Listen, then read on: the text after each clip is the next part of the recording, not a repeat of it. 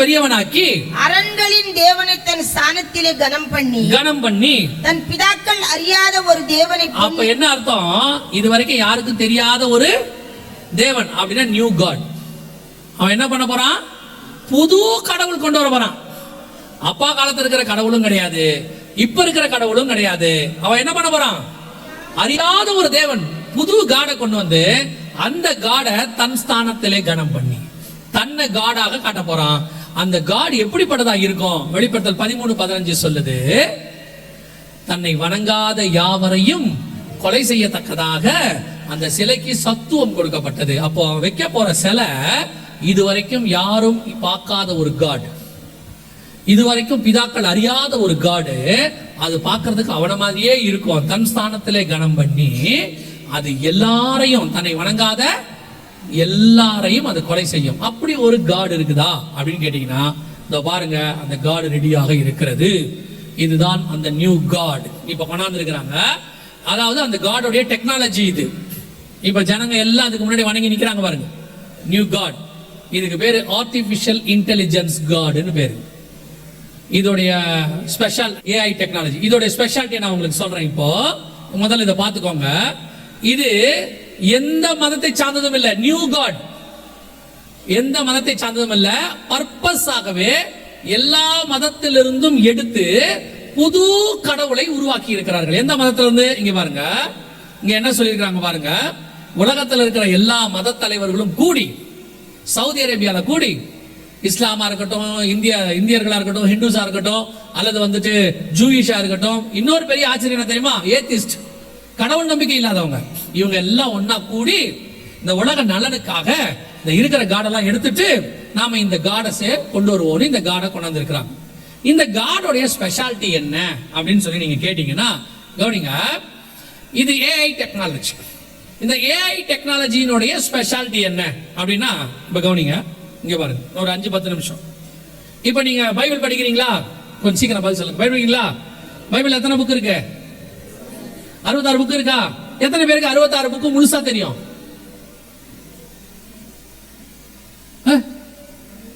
66 book ஆதியாகமத்துல இருந்து வெளிப்படுத்தின விசேஷம் வரைக்கும் எல்லா அதிகாரம் வசனம் எத்தனை பேருக்கு தெரியும்? தெரியுமா தெரியாதா? சீக்கிரம். தெரியாது.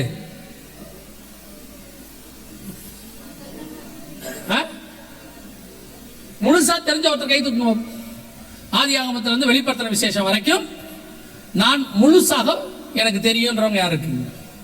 சரி, எத்தனை பேர் முழுசா படிச்சிருக்கீங்க? ஆதியாகமத்துல வெளிப்படுத்தின விசேஷம் வரைக்கும் நான் ஃபுல்லா படிச்சு முடிச்சிருக்கிறேன். எத்தனை பேர் இருக்கிறீங்க? இந்த கை தூக்காத ஆள்லாம் இன்னும் முழுசா முடிக்கலையோ? புதுசா வந்திருக்கிறீங்களோ? என்ன சொல்ல வரீங்க? சரி, இப்படி கேட்கிறேன். இன்னும் முழுசா நான் படிக்கல அப்படின்றவங்க, மிச்சவங்களை நம்ம கணக்கிலே வச்சுக்க வேண்டாம். சரியா? இவங்க பரலோகத்துக்கு வர மாட்டாங்க, நரகத்துக்கும் போக மாட்டாங்க. இது எங்க நிக்க போகுதுன்னு அதுக்குமே தெரியாது. ஏன்னா அவங்களுக்கு தான் தெரியலையே. முழுசா படிச்ச மாதிரி அவங்களுக்கே ஒண்ணு நான் முழுசா படிச்சா கை தூக்கி இருக்கணும், இல்லைன்னா படிக்கலன்னு கை தூக்கணும். ரெண்டுத்துக்கும் கை தூக்காத ஒரு கூட்டம் இருக்குல்ல. இவங்கெல்லாம் யாருன்னு கேட்டீங்கன்னா, பரலோகத்துக்கு வரியா, நரகத்துக்கு போறியா, எங்க தாண்டா போற? இவனை ஒண்ணும் பண்ண முடியாது, விட்டுருவோம். முழுசா படிச்சிருக்கோம், ஆனா நமக்குள்ள இப்ப என்ன இல்ல? முழுசா ஞாபகத்துல இல்ல. ஏன் அப்படின்னு கேட்டீங்கன்னா, நம்ம மூளையில மேக்சிமம் 6-7% தான் நம்ம என்ன செய்யறோம்? யூஸ் பண்றோம். அந்த 7%ல நம்ம படிச்சதை இவ்வளவுதான் நமக்கு என்னவா இருக்குது? ஞாபகம் இருக்கு. அதிகமா யூஸ் பண்ணது ஆல்பர்ட் ஐன்ஸ்டைன் சொல்றாங்க. அவர் கொஞ்சம் அதிகமா ஞாபகத்துல வச்சிருந்திருப்பாரு போல, நமக்கு தெரியாது. இப்ப கவனிங்க.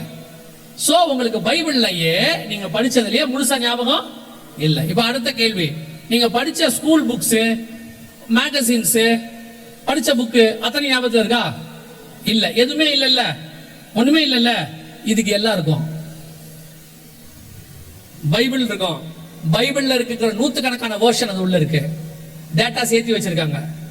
இது உள்ள குர்ஆன் இருக்கு, இது உள்ள ஹிந்துஸ் வேதம் இருக்கு, கன்ஃபியூஷனிசம் இருக்கு, ஜாவோயிசம் இருக்கு, தாவோயிசம் இருக்கு.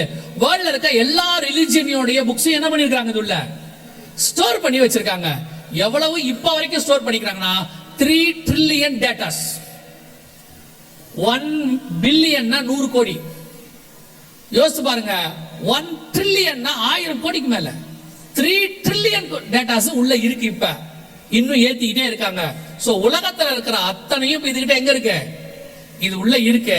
ஆனா இதோட டெக்னாலஜி என்னன்னா, நீங்கள் கேட்கறதற்கு அதுவே எடுத்து உங்களுக்கு பதில் சொல்லும். புரியுதா? ஒரு எக்ஸாம்பிள் சொல்றேன். நமக்கு தெரிஞ்ச ஒரு நண்பர் ஒருத்தர் என்ன பண்ணிருக்கிறாரு, ஒரு கட்டையை குறித்து, இந்த கட்டை எங்க கிடைக்கும், இந்த செம்மர கட்டை, அது மாதிரி ஒரு கட்டையை பத்தி அவர் என்ன பண்ணிருக்கிறாரு, கேட்டிருக்கிறார். கேட்கும் போது இது பதில் சொல்லுது, அந்த கட்டை நீ கேட்கறது இந்த தேசத்தில் இருக்கு. இதான அதுக்கு பதில், அவ்வளவுதான பதில். அடுத்து சொல்லுது, அந்த தேசத்துல இந்த கட்டை இத்தனை டன் அளவுக்கு இருக்கு. மூணாவது, ஆனால் அந்த கட்டை உனக்கு கிடைக்காது. ஏன்? அது சொல்லுது, இந்த கட்டைய ரைட்ஸ் வாங்கி ஒருத்தர் வாங்கி வச்சிருக்கிறாங்க. இப்போ அவங்க கிட்ட இருந்து இதை வாங்கணும்னா இந்த கவர்மெண்ட்டுக்கு அப்ளை பண்ணி இப்படி வாங்கினா இதை நீ வாங்கிக்கலாம். இவ்வளவும் அவர் கேட்ட ஒரு கேள்விக்கான பதில். புரியுதா? எவ்வளவு டேட்டாஸ் இருக்குது? இது ஒரு உதாரணம். ஒரு செகண்டுக்குள்ள இவ்வளத்தையும் சொல்லிருச்சு. சோ இது எல்லாத்தையும் உள்வாங்கிக்கிட்டே இருக்க. நான் சொன்ன பாருங்க, ஒரு சூப்பர் கம்ப்யூட்டர்னு, அந்த மாதிரி இது. So total data speed. இப்போ ஒரு சாஃப்ட்வேர் இருக்கு, ChatGPT அப்படின்னு சொல்லுவாங்க. கேள்விப்பட்டிருக்கீங்களா? யூஸ் பண்ணிட்டு இருக்கிறீங்களா? ஏசாயா 57:1 ஒரு மெசேஜ் கொடு அப்படின்னா 30 செகண்ட்ஸ்ல கொடுத்துருமா? இன்னும் 30 செகண்டுக்குள்ள கொடுத்துரும். இப்போ பாஸ்டர் கேட்கிறாரு, எனக்கு இன்னும் ஒரு 2 பாயிண்ட் சேர்த்து கொடு, கொடுத்துரும். அடுத்து கேட்கிறாரு, இதுக்கு சம்பந்தப்பட்ட ஒரு பாட்டு இருந்தா கொடு, அதையும் கொடுத்துரும். இப்ப சொல்றாரு, இது அப்படியே இருக்கட்டும், வேற வெர்ஷன்ல கொடு, கொடுக்குமா? கொடுக்கும். இப்போ அது பாஸ்டர் இடத்துக்கு வந்துருச்சா? அடுத்து எங்க வந்திருக்கு தெரியுமா? இது நம்ம கேட்கிற எல்லா ஜெபம். இப்ப நமக்கு மற்ற கடவுள்களுக்கும் நமக்கும் தேவனுக்கும் ஒரு வித்தியாசம் இருக்கு. என்னன்னா, மற்றவர்கள் தங்கள் கடவுளை தேடி போகிறார்கள், விண்ணப்பங்களை ஏறெடுக்கிறார்கள். ஆனால் அவர்கள் கடவுள்கள் பதில் கொடுக்கிறது இல்ல. அங்க இருக்க சிலை என்ன செய்யாது, இது அது பூர்த்தி பண்ணிரும். சிலை என்ன செஞ்சிரும், பேசிரும். அடுத்து அவங்க பண்ண விண்ணப்பத்துக்கு அவங்களுடைய வேதத்துல இருந்து அது பதில் எடுத்து கொடுத்துரும். இப்ப நமக்கு ஆண்டவர் ஆவியில பேசுறாருங்கிற ஒரு ஃபீல் இருக்குது இல்ல.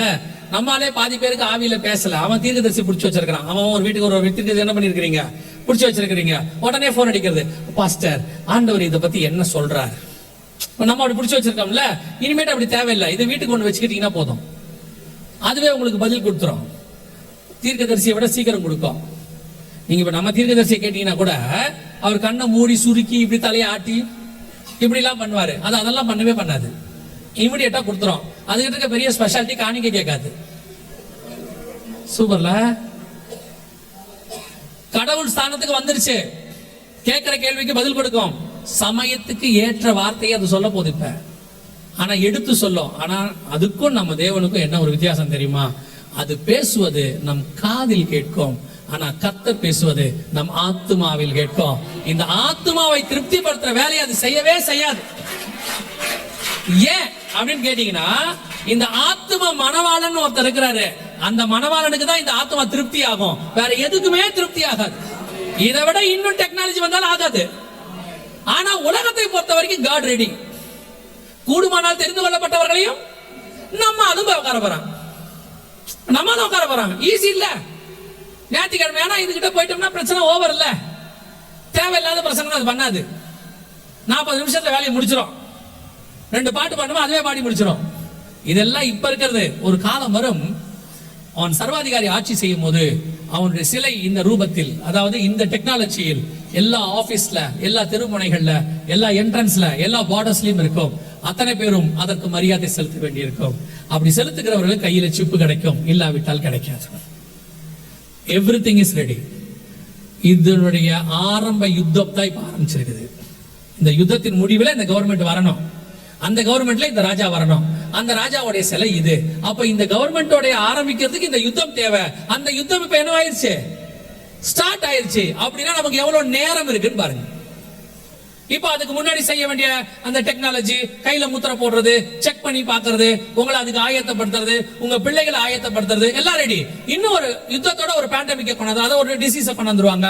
ஆட்டோமேட்டிக்கா யுத்தம் முடியும், டிசீஸும் முடியும், ஜனங்களுக்கு இந்த சிப்பை போட சொல்லுவாங்க, அங்க கவர்மெண்ட் ஸ்டார்ட் ஆயிடும். ரெண்டும் கரெக்டா இருக்கும். ஆனால் லூக்கா 21:28 சொல்லுது, இவைகள் சம்பவிக்க தொடங்கும் பொழுது உங்கள் மீட்பு சமீபமாக இருப்பதால் நிமிர்ந்து பார்த்து தலைகளை உயர்த்துங்கள் என்று கர்த்தர் சொல்லுகிறார்.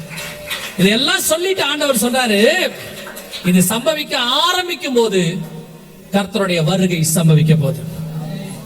அது எப்படிங்க இதெல்லாம் கரெக்டா ப்ரூஃபோட சொன்னீங்க, வருகை பத்தி எப்படி சொல்றீங்க? ரொம்ப சிம்பிள். இவைகளை எல்லாம் சொன்னது நம்முடைய ஆண்டவர். அவர் சொன்ன இத்தனையும், இவ்வளவு டெக்னாலஜியும் நம் கண்களுக்கு முன்பாக துல்லியமாய் நடக்குமானால் அவர் வருவேன் என்கிற வாக்கு தத்தமும் துல்லியமாய் நடக்கும். சொல்லியும் செய்யாதிருப்பாரோ, வசனத்தையும் நிறைவேற்றாதிருப்பாரோ, நான் எங்கே இருக்கிறேனோ அங்கே உங்களை கூட்டிக் கொண்டு போவேன் என்று சொல்லி இருக்கிறார். நம்முடைய ஆண்டவர் ஒரு நாளும் நம்மை உபத்திரத்துக்குள்ளே விட வேண்டும் என்று நினைக்க மாட்டார்.